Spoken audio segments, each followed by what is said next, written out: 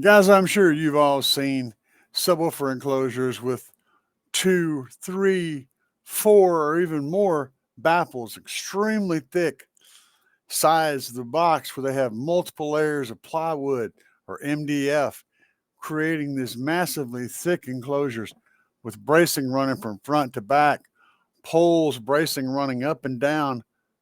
So, why do we need so much bracing on a subwoofer enclosure?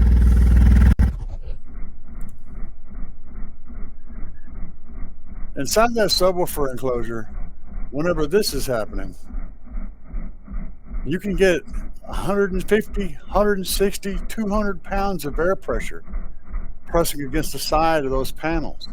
And it's positive, negative, positive, negative, positive, negative, positive, negative. 170 pounds this way, 170 pounds this way, back and forth, back and forth. In this case, 20 times a second.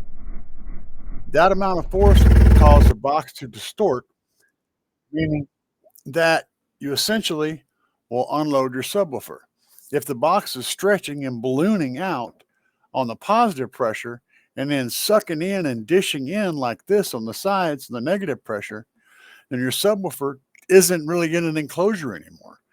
So, at the very least, your subwoofer is going to be playing like it's in a much larger box than it actually is because the box isn't controlling that cone.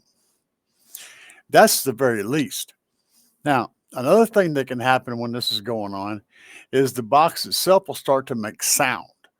The box panels flexing in and out will actually act like this woofer cone whenever it's flexing in and out and actually produce a sound. And while that's producing a sound, it ain't producing the sound that you want. So you're getting this weird boomy sound, kind of like when you're playing an acoustic guitar. It makes a sound when the string vibrates. The body vibrates and makes a sound. Well, in that case, it's a pleasant sound, but in a subwoofer, that box isn't supposed to make any noise. So that's the second problem. But they get worse.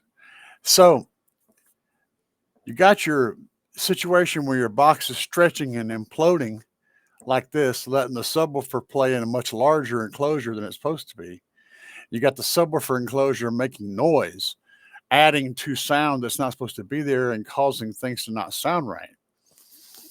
But there's some other things that can happen as well. Whenever you're running a small driver and a small enclosure on a little bit of power, it's probably not going to see any of these effects. But if you're running multiple drivers in an enclosure in a single chamber, a lot of cone area and a lot of power on them, all these things are going to get worse and worse. They're going to create a much worse problem than they would in a small, lightweight environment. So, one of the things that can happen is as that baffle is flexing in and out like this. So, you imagine the baffles like this, right? This is a side view. So, there's a hole. Okay, the hole's like this, right? We're going to turn it on its side. So, now the hole's like this, right? This is just one side of the hole and the other side of the hole. Well, as that subwoofer's moving in and out on a thin baffle, the baffle starts doing this, right? The hole is actually moving up and down as the subwoofer is doing this. Okay. As that subwoofer is doing that, it's actually causing that hole to move up and down. Well, if you look at my hands whenever they're going up and down, you'll notice the tip right here on my fingers rolls away from the hole and then rolls in toward the hole. Now, the wood may be flexible, but you know what's not flexible? Two things. One, the basket of that subwoofer. It's not going to give. The second thing is the screws holding that subwoofer into that hole. They're not going to give either. Whenever they start bending, things break. So, as that wood is flexing in and out like this, the top of this is rolling in, getting smaller, the screws moving in toward the hole, and then on the upstroke, the screw's moving out away from it. So that screw is getting bent like this over and over again. Now, what happens when you bend metal over and over again in the same exact spot? it breaks. Have you guys had screws break on your subwoofer? Just snap off right there flush with the baffle, and you can't figure out why? I bet you got a thin baffle and you ain't got no bracing in there. That's why. So the thicker baffle will resist that flex, okay? And also the bracing will help to control that.